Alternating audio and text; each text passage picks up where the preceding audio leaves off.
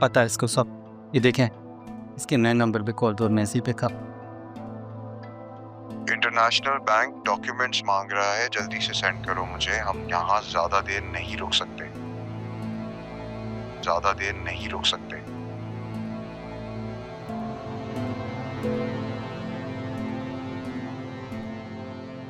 ये काफी है, उठाऊं तुम्हारे घर वालों को? नहीं, तूने कुछ मत किया। जो कहोगे मैं करने को तैयार, सब बताने में तैयार। बेटा बताने का टाइम गया, सब कुछ वापस करना पड़ेगा जो लिया है। इसे खाने पीने को कुछ दो और ज्यादा आराम नहीं करने देना।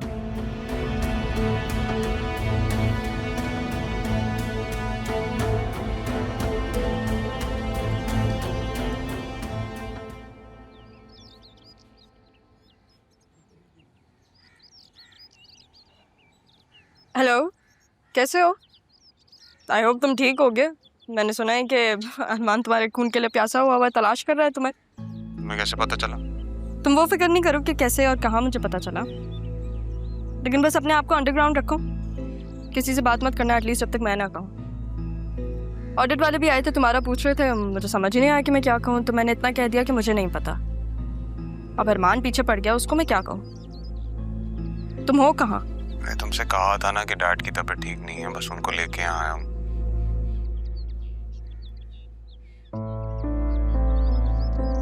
लेकिन खैर, तुम अपने डैड का ख्याल रखो, बाद में बात करते हैं। लगता है जरियून को बचाने की कोशिश की जा रही है। अरमान, मेरा मतलब असिस्टेंट कमिश्नर साहब, अब तो करप्शन के केस में यहाँ पे फंसाने आया है ना हमें।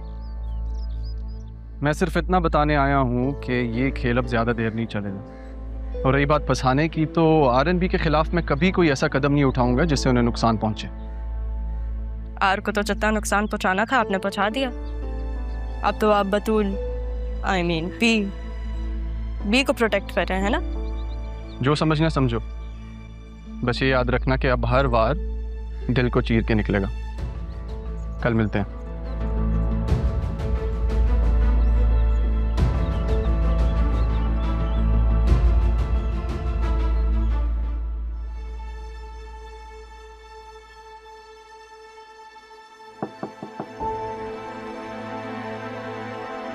आओ बेटा, बैठो।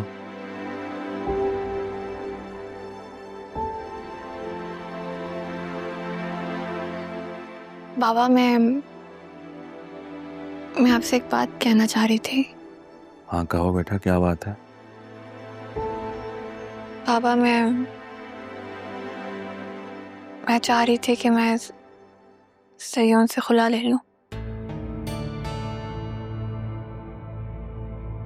मैं जानती हूँ कि मेरे लिए फैसला करना आसान नहीं होगा,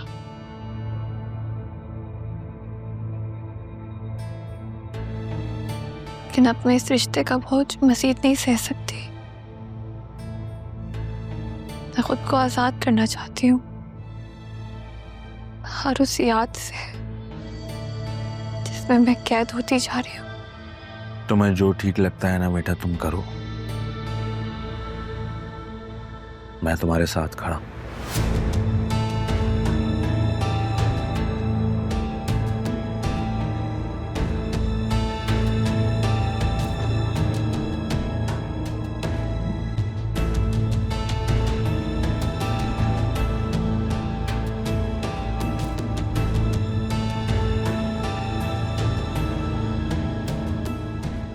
मैं बतूल के इस फैसले में इसके साथ हूँ।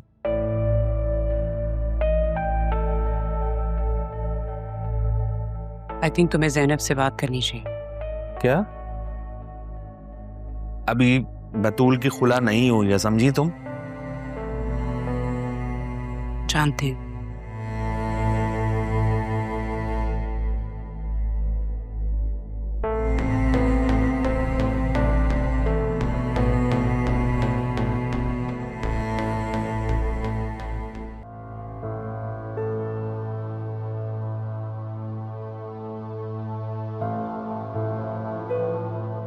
राहा ने मुझसे क्या बात करनी थी, मैंने पूछा ही नहीं।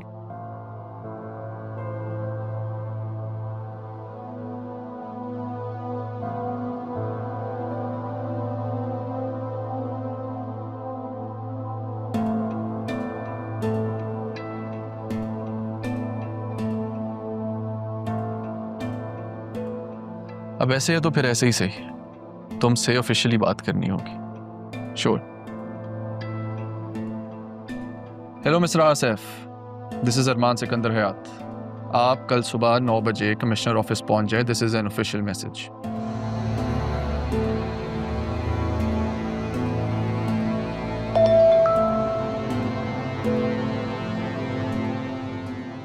मेरा वहाँ क्या काम है? और ऑफिशियल मैसेज के लिए ऑफिशियल टाइमिंग्स होती है ना एसी साहब। देखें, किसी गलत फहमी का शिकार मत रहिएगा जैसे मैं आपसे बात करने के लिए मरता जा रहा हूँ। ऐसा कुछ नहीं है। 9 AM you should be at the office. अब ऐसे है तो ऐसे ही सही। तुम्हें तो अब मैं अपने सामने खड़े रहने की सजा दूंगा। देखता हूँ कैसे नहीं आती।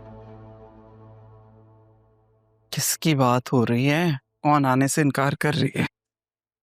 राहब, R&B की कुछ मामलात हैं, उसके लिए उसे कल ऑफिस बुलाया मैंने। अच्छा, देखो अरमान, चाहे ये ऑफिशियल है या अनऑफिशियल, इस काम को फौरन समेटो, क्योंकि मैं बहुत थक गई हूँ और मैं अब तुम्हारी शादी करना चाहती हूँ। मुझे शादी नहीं करनी अब। जिसके लिए तुम इनकार कर रहे हो ना, वो खुद को सजा दे रही है, बिल्कुल इसी तरह जैसे उसकी माँ ने उसको छोड़कर सजा दी थी खुद को। लेकिन मैंने तो तुम्हें कभी भी जिंदगी के किसी पल पे भी नहीं छोड़ा अकेला, फिर मुझे किस बात की सजा दे रहे हो? आप सब जानती हैं अम्मी, फिर ये बातें क्यों? मैं सब जानती हूँ, लेकिन तुम एक बात अच्छी तरह समझ लो कि मैं थक गई हूँ। मुझे अज़ियत देना बंद करो बेटा। मैं चाहती हूँ कि तुम्हारी शादी हो जाए, तुम मेरी जिंदगी में सेटल हो जाओ। लड़की पसंद कर ली है मैंने, और मैं इनकार नहीं सुनूंगी। अगर तुमने इनकार किया तो मैं अपनी जान से जाऊंगी।